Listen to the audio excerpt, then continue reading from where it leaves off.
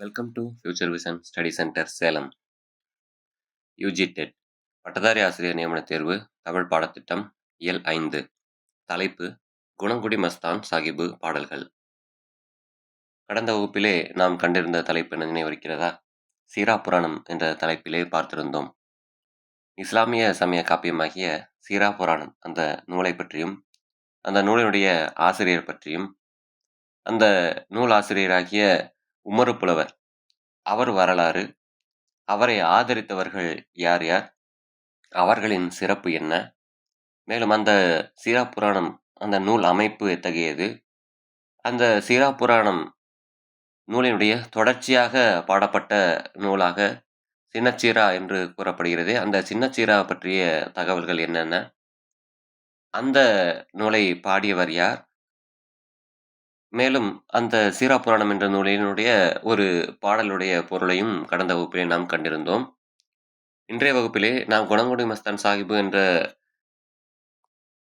தலைப்பிலே அவருடைய பாடல்களில் முதலில் குணங்குடி மஸ்தான் சாஹிபு யார், என்ன என்ற தகவலையும், அடுத்தது அவர் பாடல்களில் பராபர கண்ணி, ஆனந்த களிப்பு போன்ற நூல்களினுடைய ஒரு சில பாடல்களையும் நாம் இன்றைய வகுப்பிலே காண இருக்கிறோம். முதலாவது குணங்குடி மஸ்தான் சாஹிபு. இவர் பிறந்த ஊர் குணங்குடி என்று அழைக்கப்படுகிறது.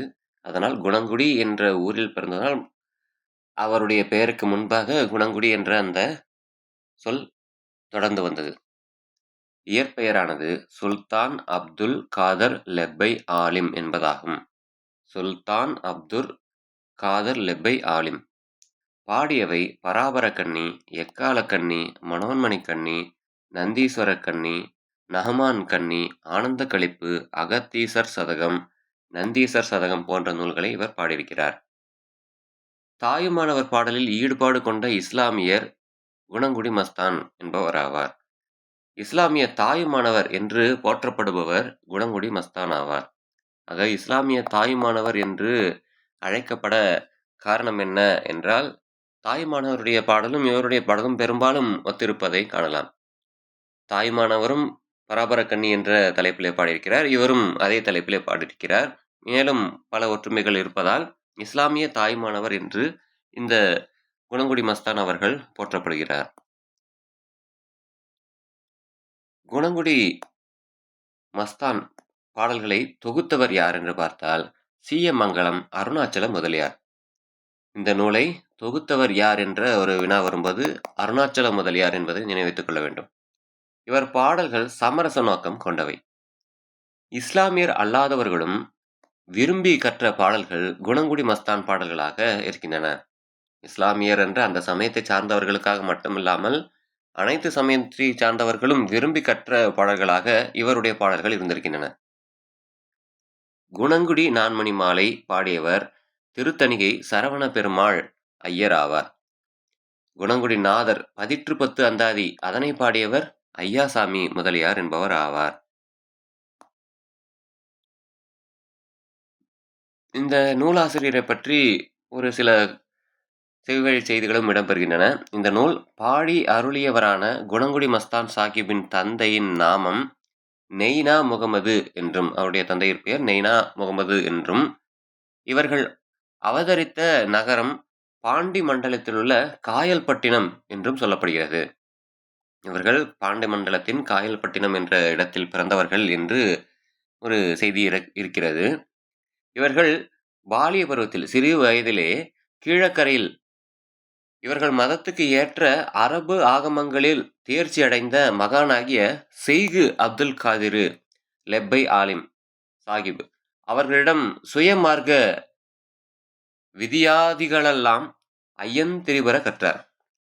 சுயமார்க்கமாக ஒரு சில விதிகளெல்லாம் எந்த ஒரு ஐயப்பாடும் இல்லாத அளவுக்கு தெளிவாக இவர் கற்றுக்கொண்டார் என்ற ஒரு செய்தி உள்ளது.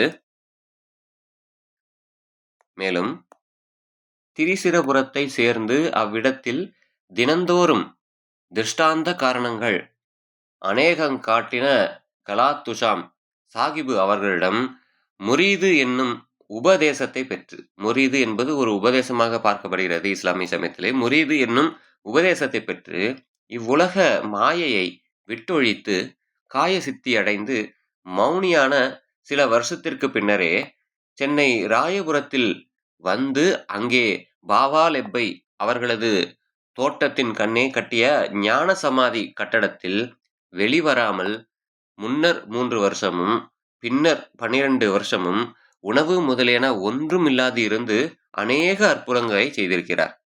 ஆக சமாதியில் அங்கேயே இவருடைய தியானம் போன்றவையெல்லாம் இருந்திருக்கிறது. அங்கேயே முன்னர் 3 வருடமும் பின்னர் 12 வருடமும் உணவு இல்லாமல் அற்புதங்களை செய்தவராக இருந்திருக்கிறார்.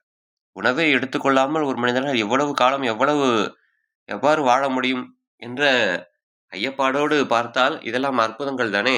மேலும் பல அற்புதங்களையும் செய்திருக்கிறார். 47வது வயதில் இவ்வுலக வாழ்க்கையை விட்டும் நிர்யாண திசை அடைந்ததாக கூறப்படுகிறது. அதாவது இதுவும் ஒரு இறைநிலை என்று பார்க்கலாம். பின்னர் அவர்களது சீஷர்கள் எல்லாம் கூடி சமாதி செய்து விட்டார்கள். அவருடைய அந்த சாதாரண அந்த உடலை சமாதி செய்து விட்டார்களாம். ஆக அவருடைய ஆன்மா இறைநிலையை அடைந்ததாகவும் இங்கு பார்க்கப்படுகிறது.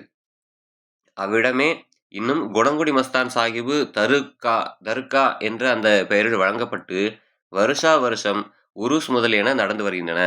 இதுவே அவருடைய சரித்திரமாக அரபு ஆகமங்களில் தேர்ந்த சிலர் அவரை பற்றிய செய்திகளை கூறுவார்கள். ஒரு சில பாடல்கள் அவருடைய நூல்களிலே பராபரக்கண்ணி என்ற அந்த நூலிலே வரக்கூடிய பாட்டு வரிகளாக இப்பொழுது நாம் காண்போம். அண்ட புவனம் என்று ஆடும் திருக்கூத்தினை யான் அண்ட புவனம் என்று ஆடும் திருக்கூத்தினை யான் கண்டு மகிழ்ந்திடவே காட்டாய் பராபரமே. அண்ட புவனம் என்று மாடும் திருக்கூத்தினை யான் கண்டு மகிழ்ந்திடவே காட்டாய் பராபரமே. இவருடைய பராபர கண்ணியிலே வரக்கூடிய பாடல் இது. பராபர பொருளே, அண்டத்திலும் உலகத்திலும் எக்காலத்தும் ஆடுகின்ற திருக்கூத்தை தரிசித்து சந்தோஷிக்கும்படி எனக்கு நீ காட்டி அருள வேண்டும் என்ற அந்த செய்தியானது இங்கு இடம்பெற காணலாம். ஆதியாய் ஆண்டவனாய் அகது கதுவாகி துவாய் சோதியாய் நின் மலமாய் சூழ்ந்தாய் பராபரமே. ஆதியாய் ஆண்டவனாய் அகது கதுவாகி சோதியாய் நின் மலமாய் சூழ்ந்தாய் பராபரமே. பராபர பொருளே, முதற் பொருளாகியும் ஆண்டவனாகியும் அகதுக துவாகியும் அகதுவாகியும் சோதி பொருளாகியும் நிர்மல பொருளாகியும் வளைந்தனை என்று கூறுகிறார். வேத மறைப்பொருளை வேதாந்தத்து உட்கருவை ஓதி உனை அறிந்தோர் உண்டோ பராபரமே. வேத மறைப்பொருளை வேதாந்தத்து உட்கருவை ஓதி உனை அறிந்தோர் உண்டோ பராபரமே. பராபர பொருளே, வேத பொருளையும் வேதாந்தத்தின் உட்கருவையும் ஓதி உன்னை அறிந்தவர்கள் யாவர் இருக்கின்றனர் என்ற அந்த ஒரு ஐயப்பாட்டோடு கேட்கிறார். யாவரும் இல்லையே. அண்ட புவனம் உடன் ஆக ஆகாசமென்று சும்பிக்கொண்டாடு மெய்ஞான கூத்தே பராபரமே. அண்ட புவனம் உடனாகாசமென்று சும்பிக்கொண்டாடு மெய்ஞான கூத்தே பராபரமே. பராபர பொருளே, அண்டங்களும் உலகங்களும் ஆகாசவாசிகளும் துதித்து கொண்டாடுகின்ற உண்மை ஞான கூத்தே என்று கூறுகிறார். அண்ட புவனம் உடன் ஆகாசம் என்று சும்பிக்கொண்டாடு மெய்ஞான கூத்தே பராபரமே. அண்டங்களும் உலகங்களும் ஆகாசவாசிகளும் துதித்து கொண்டாடுகின்ற உண்மை ஞான கூத்தே என்று கூறுகிறார். நாவார் புகழவெட்டா நாயகனே, நாதாந்த பூவாய் மலர்ந்திரு கச்ச பூத்தாய் பராபரமே. நாவார் புகழவெட்டா நாயகனே, நாதாந்த பூவாய் மலர் திருக்கச்ச பூத்தாய் பராபரமே. பராபர பொருளே, நாக்கினால் நமது சாதாரணமாக இருக்கக்கூடிய இந்த நாவினால் நாம்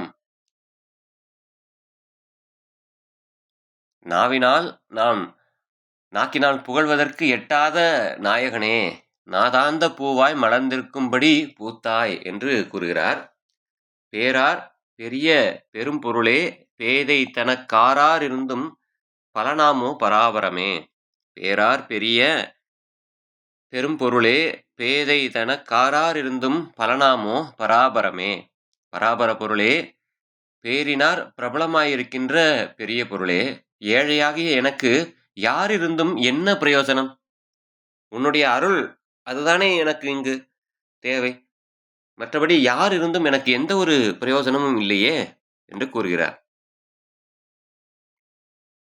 மேலும், உடலுக்கு உயிரே என் உள்ளமே உன் பதத்தை கடலும் மலையும் திரிக்கு காணேன் பராபரமே. உடலுக்கு உயிரே என் உள்ளமே உன் பதத்தை கடலும் மலையும் திரிக்கு காணேன் பராபரமே. பராபர பொருளே, சரீரத்துக்கு உள்ளிருக்கின்ற என்னுடைய உயிரே, என்னுடைய மனமே, உன்னுடைய திருவடிகளை கடலிலும் மலைகளிலும் திரிந்தும் நான் காண்கிறேனே என்று கூறுகிறார்.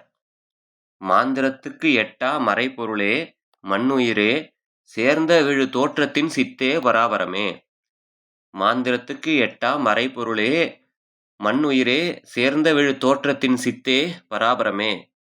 பராபர பொருளே, சர்வ மந்திர பீஜங்களாலும் உணர முடியாத வேத பொருளே, நிலை பெற்ற உயிரே, சேர்ந்திருக்கின்ற 7 வகை பிறவிகளிலும் ஆடுகின்ற சித்து பொருளே என்று கூறுகிறார்.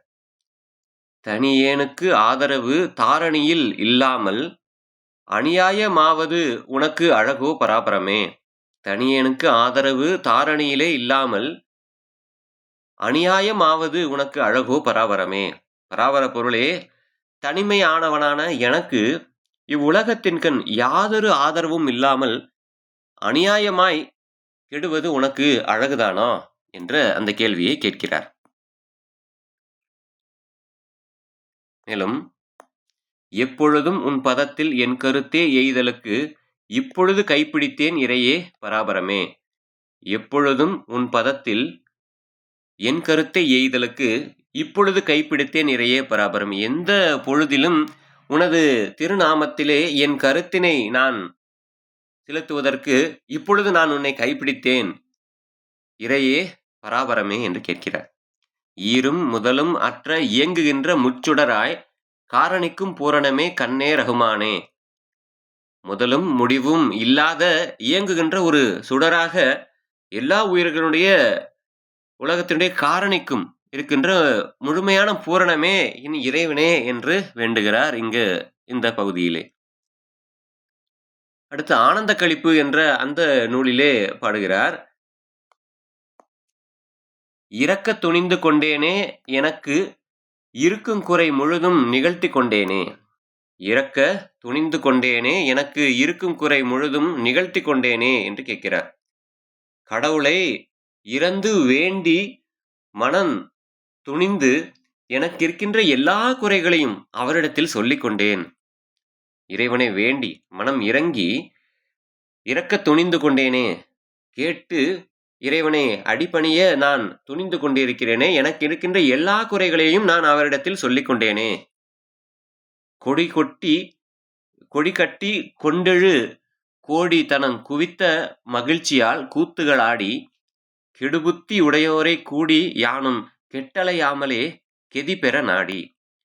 கொடுகட்டி கொண்டெழு கோடி தனம் குவித்தந்த மகிழ்ச்சியால் கூத்துகளாடி கெடுபுத்தி உடையோரை கூடி யானும் கெட்டலையாமலே கெதி பெற நாடி.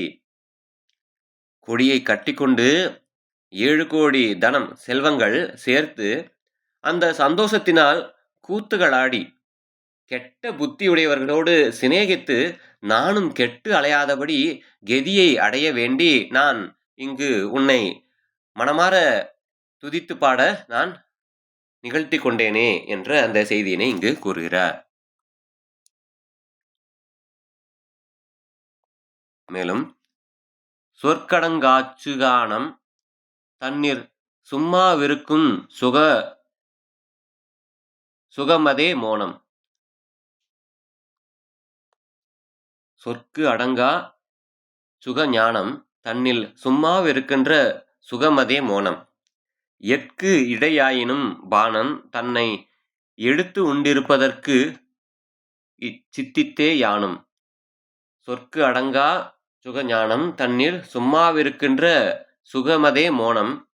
எட்கு இடையாயினும் பாணன் தன்னை எடுத்து உண்டிருப்பதற்குச் சித்தே யானும். ஆக சொல்லுக்கு அடங்காத சுகத்தை விளைவிக்கின்ற ஞானத்தில் சும்மா இருப்பதே மௌனம். எந்த ஒரு சொல்லுக்கும் அடங்காத சுகம் விளைவிக்கின்ற அந்த ஞானத்தில் சும்மா இருப்பதே மௌனம்.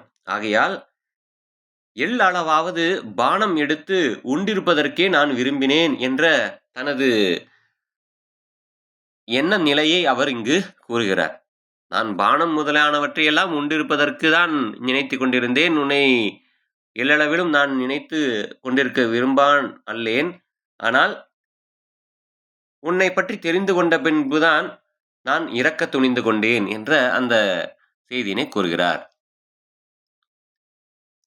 மேலும் வஞ்சிய ராசையை தாட்டி விட்டு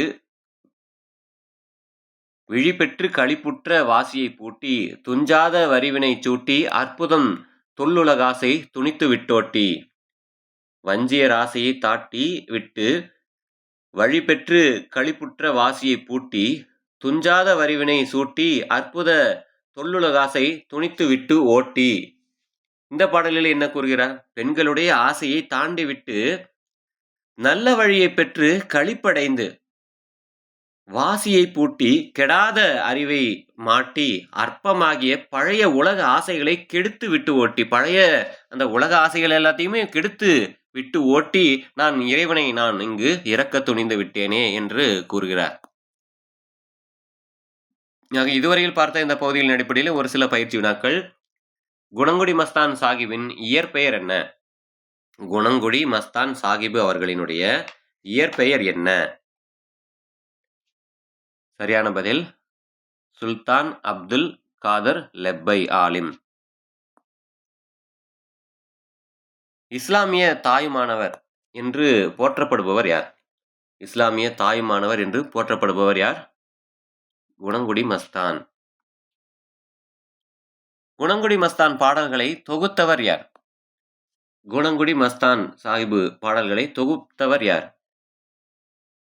அருணாச்சல முதலியார். பின்வருவனவற்றுள் குணங்குடி மஸ்தான் சாஹிபு இயற்றாத நூல் எது? பின்வருவனவற்றுள் குணங்குடி மஸ்தான் சாஹிபு அவர்கள் இயற்றாத நூல் எது? சரியான பதில் குணங்குடி நான்மணி மாலை. இந்த குணங்குடி நான்மணி மாலை அந்த நூலை இயற்றியவர் யார்? திருத்தணிகை சரவண பெருமாள் ஐயர். குணங்குடிநாதர் பதிற்று பத்து அந்தாதி என்ற அந்த நூலை பாடியவர் யார்? குணங்குடிநாதர் பதிற்று பத்து அந்தாதி என்ற அந்த நூலை பாடியவர் யார்? ஐயாசாமி முதலியார். ஆக இன்றைய வகுப்பிலே நாம் கண்ட தலைப்புகளாக குணங்குடி மஸ்தான் சாஹிபு அவர்களை பற்றியும் அவர்களுடைய பாடலுடைய சில அடிப்படை தன்மைகளையும் அவர் இயற்றிய நூல்கள் என்னென்ன என்பதனையும் இவருக்கு வழங்குகின்ற சிறப்பு பெயர் என்னென்ன என்ற கருத்துக்களையும் மேலும் பராபரக்கண்ணி ஆனந்த கழிப்பு என்ற தலைப்புகளிலே ஒரு சில பாடல்களையும் இன்றைய வகுப்பிலே கண்டிருந்தோம். இன்றைய வகுப்பு நிச்சயம் உங்களுக்கு மனதில் பதிந்திருக்கும் என்று நினைக்கின்றேன். அடுத்த வகுப்பில் தேம்பாவணி என்ற தலைப்பிலே சந்திப்போம். அதுவரையில் நன்றி.